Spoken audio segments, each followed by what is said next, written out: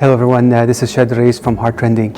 Again, thanks for joining me today. I'm currently at Scottsdale attending a conference in cardiovascular diseases. Phenomenal conference. I highly recommend it to all healthcare professionals. Regardless, I would like to talk to you today about palpitation and the symptoms of palpitation when patient comes to the clinic or complaining of the symptoms. So what's palpitation? Basically, this is the symptoms when patient having a rushing in the chest or you feel the heart is beating so fast, either for a short period of time and sometimes for a long period of time, and sometimes associated with dizziness, lightheadedness, feel dark, I don't feel good, and it just sometimes discomfort. So what is palpitation? Palpitation means the heart is beating faster than it should be and getting off track. So it has like a certain rhythm going 70 to 80 beats per minute when you are resting comfortably doing nothing, and the heart kind of beat up to 150, 160 when you are doing a severe exercise or extraneous exercise. But sometimes you are resting and watching TV, or you are at work at your desk and you have this fluttering in your chest. So what is that? So it means that your heart getting out of the sinus and there is an extra source of pacing coming from the heart, either from the lower chamber or from the higher chambers.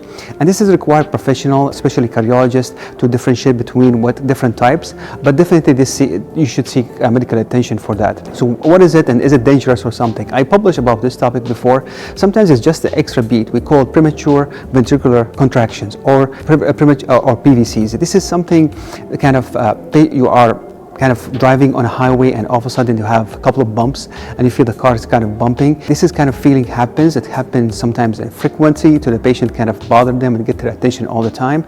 And sometimes it happens very infrequent. So what are the causes for this, and is it life-threatening? If it is happening once or a few times a day, it's maybe less cumbersome, and if it is happening more often, maybe you should seek medical attention. The causes first, number one is dehydration is the main one. If you are not keeping up with hydration and your system not getting enough hydration, will be a major cause. Two, lack of sleep, and if you have a sleeping disturbance or a sleeping pattern is disturbed, especially for people who work night shift. And three, a patient have excessive consumption of caffeine. That can be soft drinks with caffeine, energy drinks, can be coffee itself or tea. Even green tea has caffeine in it. So you have to be careful with that excession, and sometimes you have to cut back. If you're doing 3 cups, make them 1. If I'm not saying I'm not going to take away from your coffee, but again at the same time you cut back on the coffee, because definitely that affected. Energy drink is a bad one, because you know every energy drink has more than 200 or 220 milligrams of caffeine. That's equivalent to like 4 or 3 shots of espresso. So be vigilant about that. What are the other causes? Sometimes it's something congenital in the heart or some defects in the heart that causes this, and other causes include is arrhythmias, which is called atrial fibrillation or atrial flutter. So when you come to the clinic, usually we do an EKG, which is we put leads on the chest and watch the heart rhythm for kind of a snapshot of the rhythm. But more importantly, sometimes we give the patient as a heart monitor to go home with and watch the heart rate over 3 days, 7 days, sometimes 30 days. It depends how frequent the symptoms happening. So what's a heart monitor? Sometimes it's as big as my mic. It's a kind of a device, can be with a sticker attached to the chest, and watch the heart rate for the duration that we decide on. When this is done, usually it's automatically record information and automatically go to the cloud, and we download this information, we see it, and we determine if this requires some intervention or some medication, or most of the time reassurance. Something I would like to mention is after COVID, I notice a lot of people, especially young population, come to the clinic with this complaint. The good news is it goes away. The bad news is it's really bothersome and sometimes happen very frequently.